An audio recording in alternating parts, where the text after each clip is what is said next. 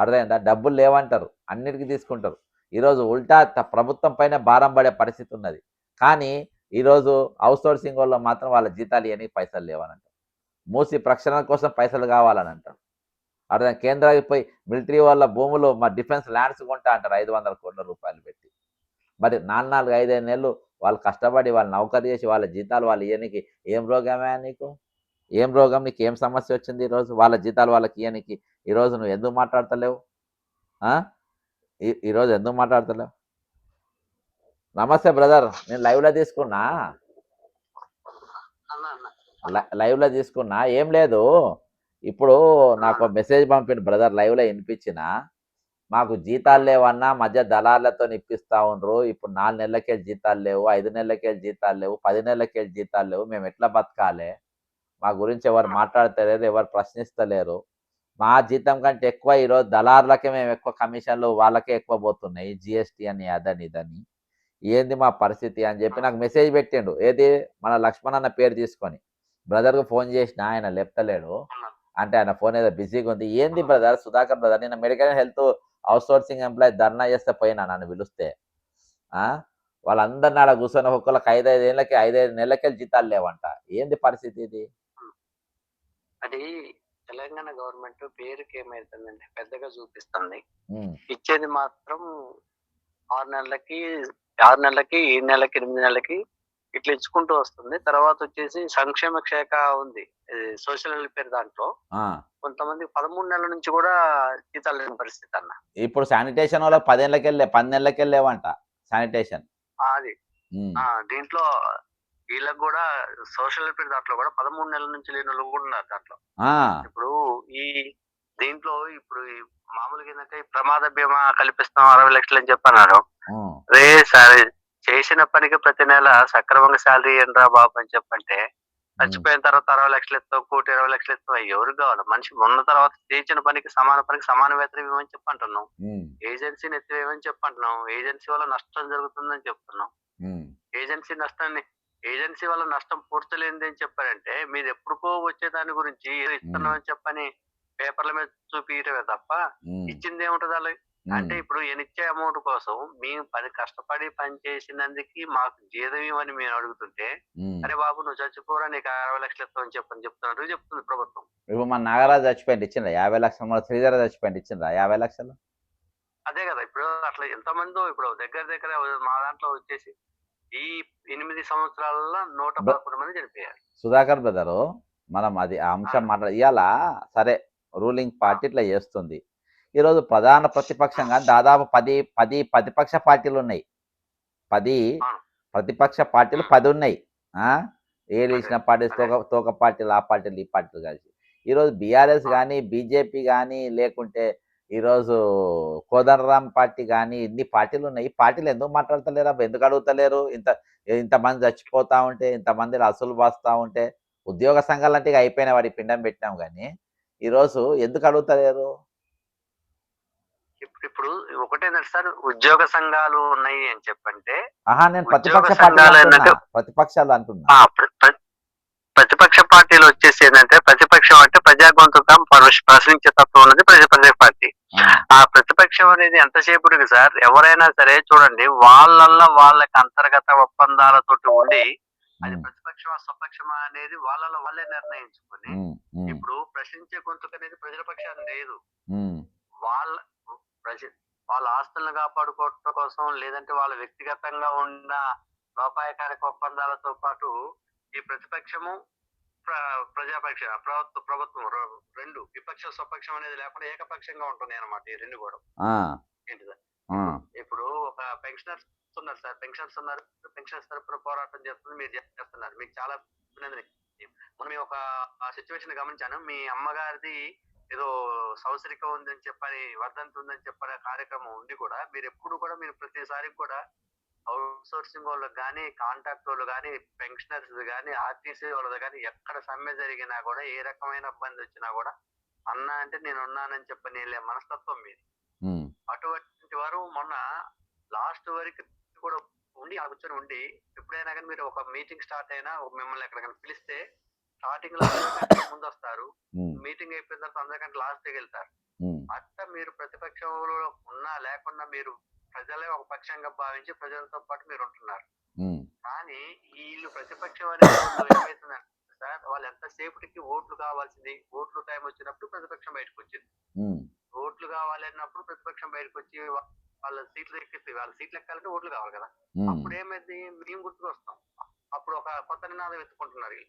కొత్త ఉమ్, నినాదం ఎత్తుకుని ఏమైతుందంటే, మీకు మీరు మా పక్షాన ఉండండి, మీకు మేము ఇచ్చేస్తాం అని చెప్పుకుంటున్నారు తప్ప ఉమ్. ఏకపక్షంగా ఉండి ఒక విధానం ఎత్తిన తర్వాత దాని ఈ విధానం ప్రతిపక్షం లేదు సార్.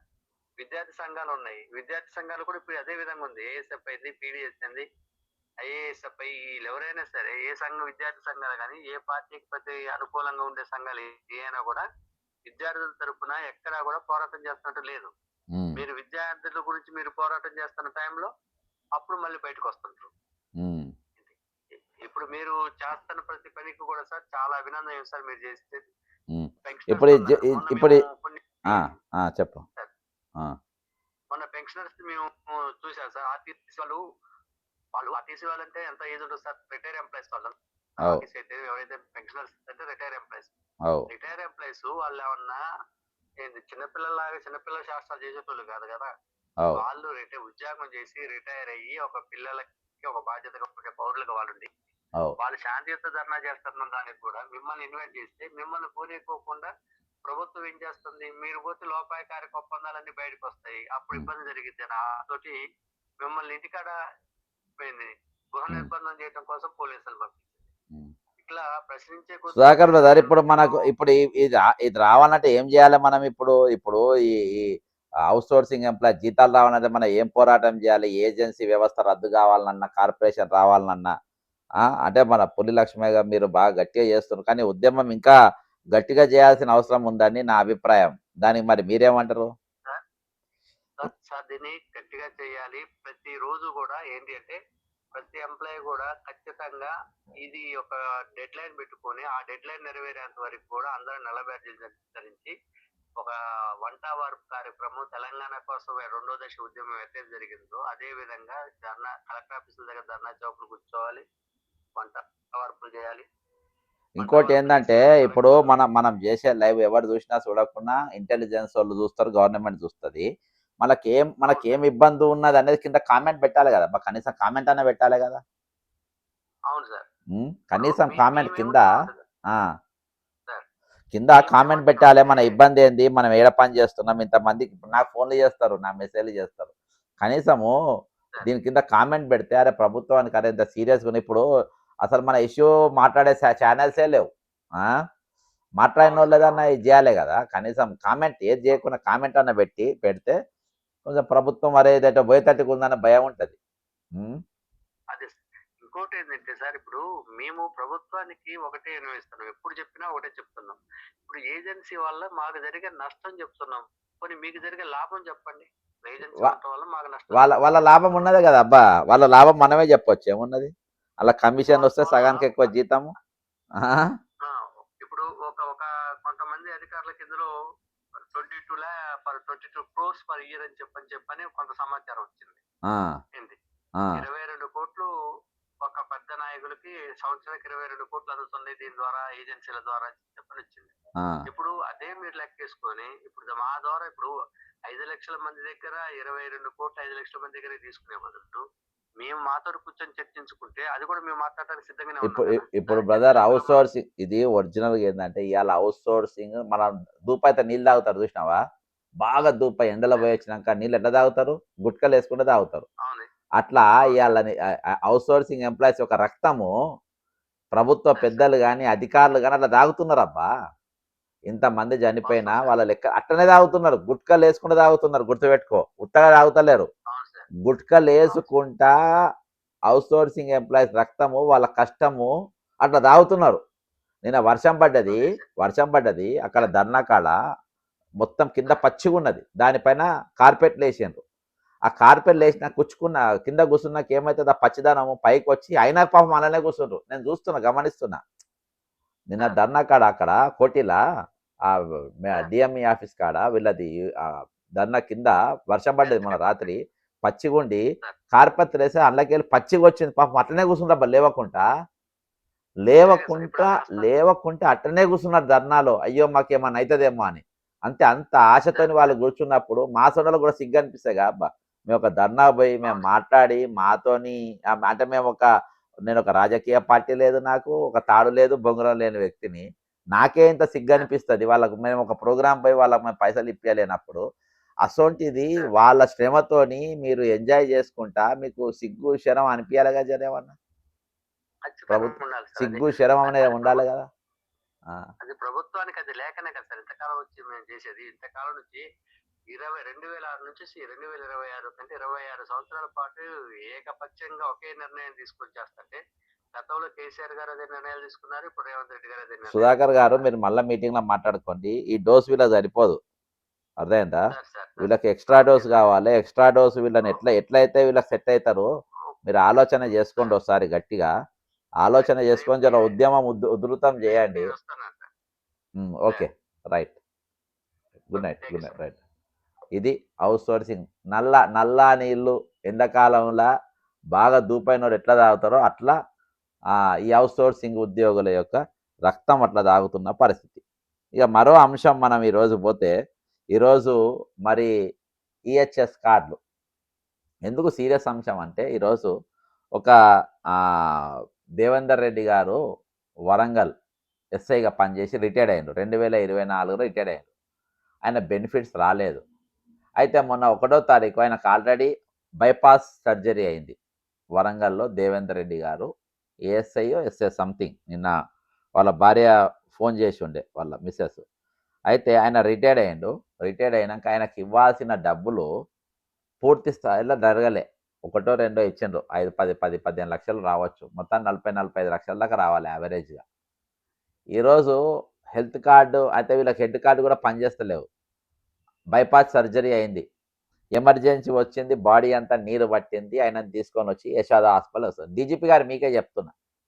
డీజీపీ గారికి తెలంగాణ డీజీపీకి ఎందుకంటే అంటే నన్ను అరెస్ట్ చేపిస్తారు కదా! డీజీపీ గారికి, సీపీ గారికి, ఐపీఎస్‌లందరికి పెద్ద పోలీస్ శాఖలో ఉన్న పెద్ద తలకాయలందరికీ చెప్తున్నా. మీరేమన్నా అనుకోండి. మీరేమన్నా చేసుకోండి. ఇయాల మీకే ఈ వీడియో చూసే ఇంటెలిజెన్స్ ఎస్బీఓలు మీరు దయచేసి డీజీపీ గారికి పంపండి ఇది. నేను కూడా ట్విట్టర్‌లో పెడతా. దేవేందర్ రెడ్డి గారికి డబ్బులు రాక ఆయన ఒళ్ళంతా ఈరోజు నీరొచ్చేసింది బాడీ. నీరొస్తే ఎమర్జెన్సీగా తీసుకొని యశోదాకి తీసుకొచ్చిండ్రు. Serious condition. ఎందుకు తీసుకొచ్చిండ్రు? లేకుంటే వాళ్ళు అక్కడ వరంగల్ ఎంజీఎంలో ఎన్నో అడ్మిట్ అయ్యేటోళ్ళు. ఈరోజు ఇక్కడికెందుకు తీసుకొచ్చిండ్రు అంటే ఆయనకు మొన్న 1 తారీఖు రోజు మన పెన్షన్‌లకెళ్ళి ఈహెచ్ఎస్ 1.5 అనే జీతంలోకెళ్ళి కట్ అయిందంట. జీతం కట్ అయిందనంటే ఇక పాలసీ స్టార్ట్ అయినట్టేగా తెల్లారికెళ్ళి. కాబట్టి జీతం కట్ అయినట్టే 1.5% కట్ అయిందే. తెల్లారికెళ్ళి you are eligible for EHS స్కీమ్‌కు మీరు ఎలిజిబుల్ అయినట్టు అర్థం. ఇక దానికి నేను ఎలిజిబుల్ అయితాను అనుకోని పాపం ఆయన వచ్చేసిండు ఇప్పుడు. దవాఖానలో అడ్మిట్ అయ్యిండు. దవాఖానలో అడ్మిట్ అయ్యిండు ఇక్కడ. హాస్పిటల్‌లో ఉన్నాడు ఇప్పుడు. ఇయాల్టికి ఆయనకు డబ్బులు రాలేదు. ఆయనకు ఈహెచ్ఎస్ తీరా అక్కడ పోయి అడ్మిట్ అయిన తర్వాత మీరు పని చేయదని చెప్తుండ్రట. మరి ఎట్లా ట్రీట్మెంట్ అయితది? ఎట్లా చేస్తది? పాపం ఆ ఆడి మనిషి ఏం చేయగలుగుతది? ఎవరెవరికని ఫోన్‌లు చేయగలుగుతది? ఆ! ఎక్కడికెళ్ళొస్తది? ఈరోజు ప్రభుత్వం ఆలోచన చేయాలి గదా! ఒకవేళ కార్డ్ రాకుంటే మరి మీరు ఏ విధంగా డబ్బులు కట్ చేసుకున్నారు? మీరు స్టార్ట్ అయినంక డబ్బులు కట్ చేసుకోవాలా? ముందే డబ్బులు ఏ విధంగా కట్ చేసుకుంటారు మీరు? ఆ! మీరు ఏ విధంగా కట్ చేసుకుంటారు? ఎవరు మాట్లాడాలి ఇప్పుడు ఆయనతోని? మరది లేనప్పుడు మీరెందుకు కట్ జేసుకోవాలి? ఇయాల నడిచేది ఈహెచ్ఎస్ పేరు మీద 101% దందా. ఇంకొక కేసు మూర్తి గారున్నారు. మనం ఎప్పుడు మాట్లాడుతూ ఉంటాం మూర్తి గారు. మూర్తి గారికి ఎస్ఐ ఆయన. నేనొట్టి పోలీస్ డిపార్ట్‌మెంటే మాట్లాడతా. ఎందుకన్నా తెల్లారి లేస్తే పోలీసులు ఫాలో అయితారు. ఎక్కడికి పోతే అక్కడికి పోతా. లాస్ట్ నేను ఫిజియోథెరపీ పోతే ఫిజియోథెరపీ కాడ బయటికి పోయేటోనికి ఆడ కూర్చొనున్నారు. అర్థమైందా? సరే మీరు ఏమైనా చేసుకోండి నాకు నేను నా ఎంబడి పడుతుండ్రు అది ఇది దానికి చెప్పుకొని నేనేం ఇదేం కాదు గానీ, నేను ఫిజియోథెరపీకి పోయేది కూడా అక్కడికి కూడా వచ్చేసి లోపలికొచ్చి తొంగి చూసిందనంటే ఇంత భయంకరమా ఇంత? ఫిజియోథెరపీకి నేను ట్రీట్మెంట్ కోసం పోతే. అక్కడికి కూడా వచ్చి తొంగి చూసి ఈయన ఏం చేస్తుండు? ఎవరితోని మాట్లాడుతుండు? లోపలికి ఇట్లా కర్టెన్ చేసి చూస్తుండ్రు. నేను మంచం మీద కూర్చున్నా లోపల నా ట్రీట్మెంట్ నడుస్తా ఉంటే. అయితే ఈరోజు నా మీద ఫోకస్ పెట్టేదాన్ని మీ డ్యూటీ మీరు బరాబర్ చేస్తే నాకు అవసరమే లేదు. మీ డ్యూటీ మీరు బరాబర్ చేస్తే నా అవసరమే లేదు.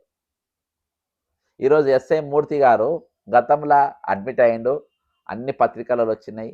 కండిషన్ చాలా సీరియస్గా ఉందని చెప్పిండ్రు. చెప్తే అప్పుడు జీపీఎఫ్ ఏదో 5 లక్షలో 10 లక్షలో వేసిండ్రు. అవి ఆయన ట్రీట్మెంట్కి సరిపోవు అన్నాడు. ఎందుకంటే ఆయనకి ఈఎన్టీ ప్రాబ్లం ఉంది, లంగ్స్ ప్రాబ్లం ఉంది, హార్ట్ ప్రాబ్లం ఉంది, కిడ్నీ ప్రాబ్లం ఉంది, మల్టీ ఆర్గన్స్ ప్రాబ్లం ఆయనకు ఉన్నది. ఇక ఎందుకు ఈ పైసలు దేనికి రావని సపరేట్ ఇంటికి వెళ్ళిపోయాడు. ఆయన హెల్త్ మొన్న 1 తారీఖులో ఆయనకు కూడా కట్ అయింది. ఆయనకు కూడా ఈహెచ్ఎస్ కట్ అయింది. ఇక నాకు కూడా వర్తిస్తాయి కదా. ఆయన కండిషన్ కూడా కొంచెం దెబ్బతిన్నది. దెబ్బతింటే ఆగమేఘాల మెదియాల దవాఖానకు పోయిండు. రేపు పొద్దుగాల పోతున్నా యశోద కాడికి. పోయి వాళ్ళ పరిస్థితి ఏందో తెలుసుకొని పరామర్శించే ప్రయత్నం చేస్తా. అయితే అక్కడికి వెళ్ళిపోయిండు ఆయన. పోయినాక ఇక ఇవాళ ఇక్కడ కూడా హెల్త్ కార్డ్ పనిచేస్తలేవంటే వెళ్ళిపోయి రూమ్లో అక్కడ రూమ్ తీసుకొని రూమ్లో వండుకున్నాడు. దవాఖానలో తీసుకోలే, హాస్పిటల్ తీసుకోలే ఆయనను. అర్థమైందా? తీసుకోకుంటే వెళ్ళిపోయిండు.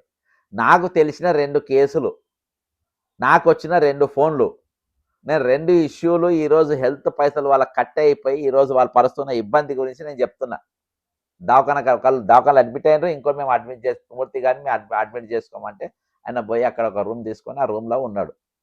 రేపు పొద్దుగాల ఇక రాత్రి ఎందుకు కండిషన్ సీరియస్ అయింది. అక్కడికి వెళ్ళి వచ్చిండు. ఇక అందరి ఫోన్లు కొడుతుండ్రు ఎవరైనా అప్పులు ఇస్తారేమో అని చెప్పి.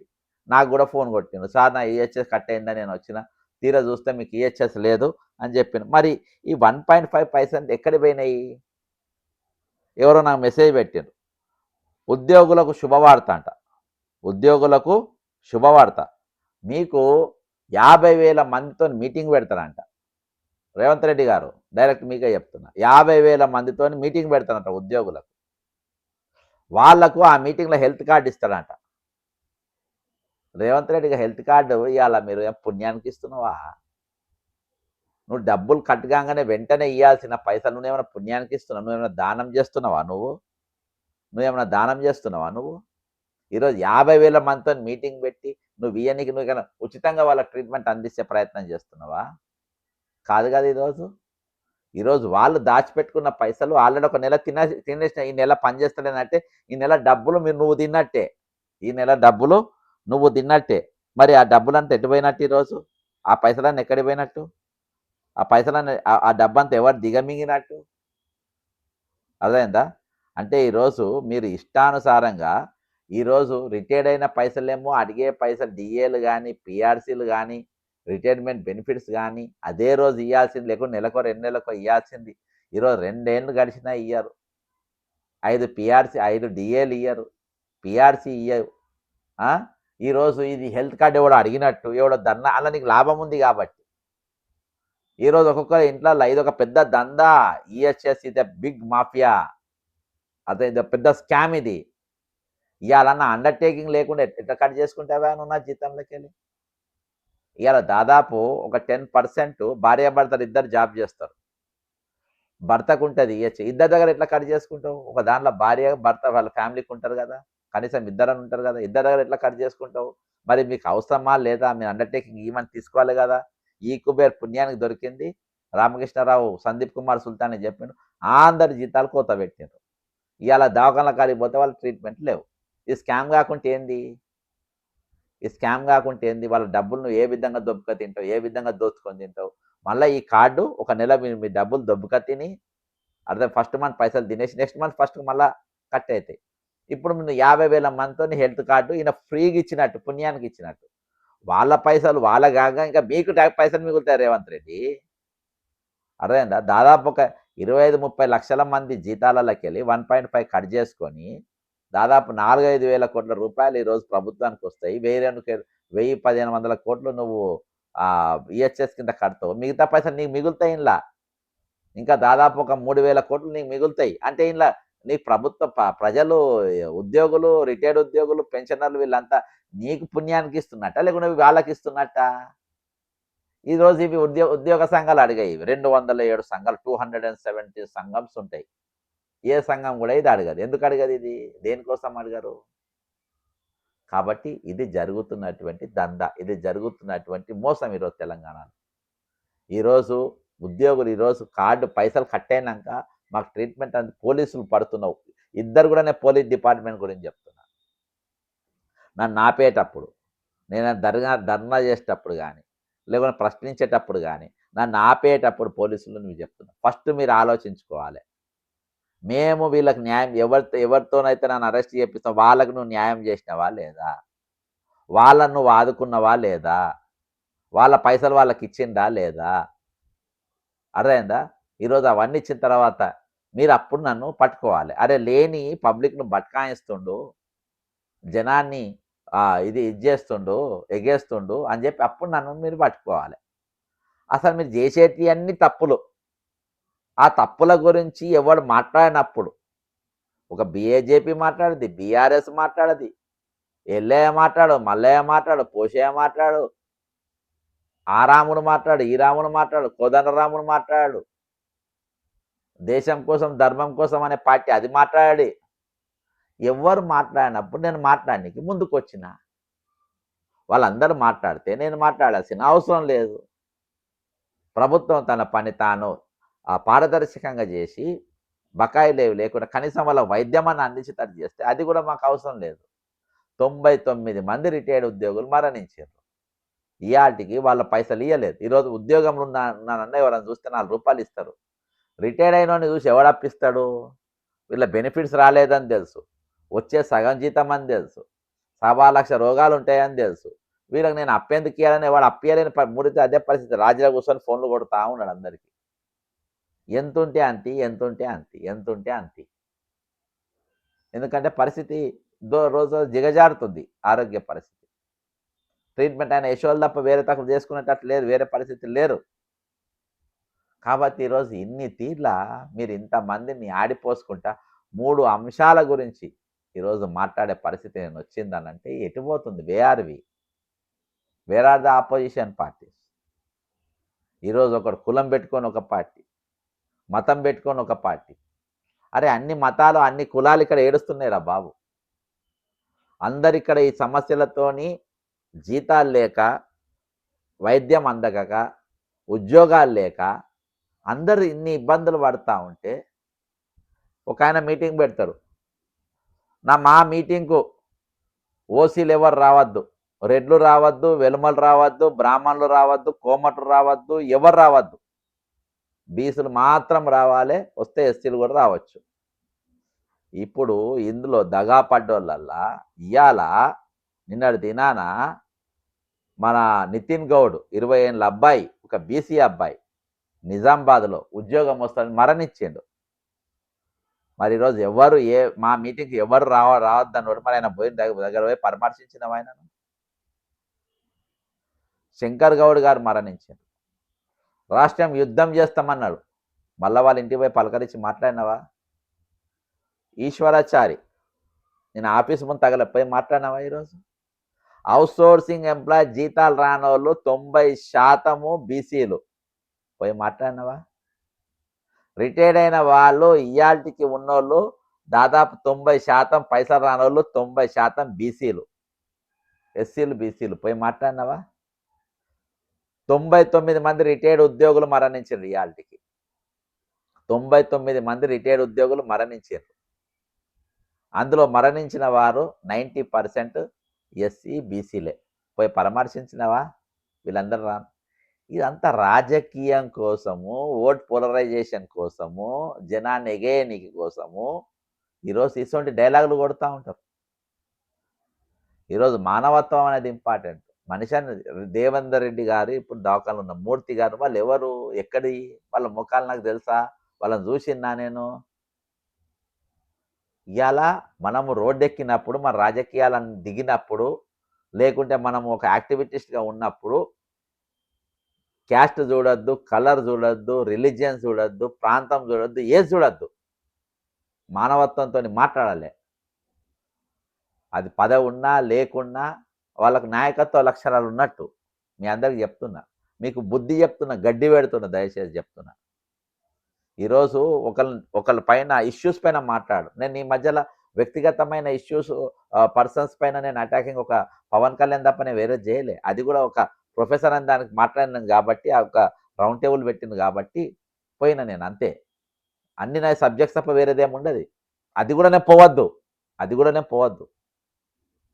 ఈరోజు ఇష్యూ ఇంపార్టెంట్. మనిషి ఒక ఇష్యూతో కష్టపడుతున్న దాంట్లో అది ఇంపార్టెంట్.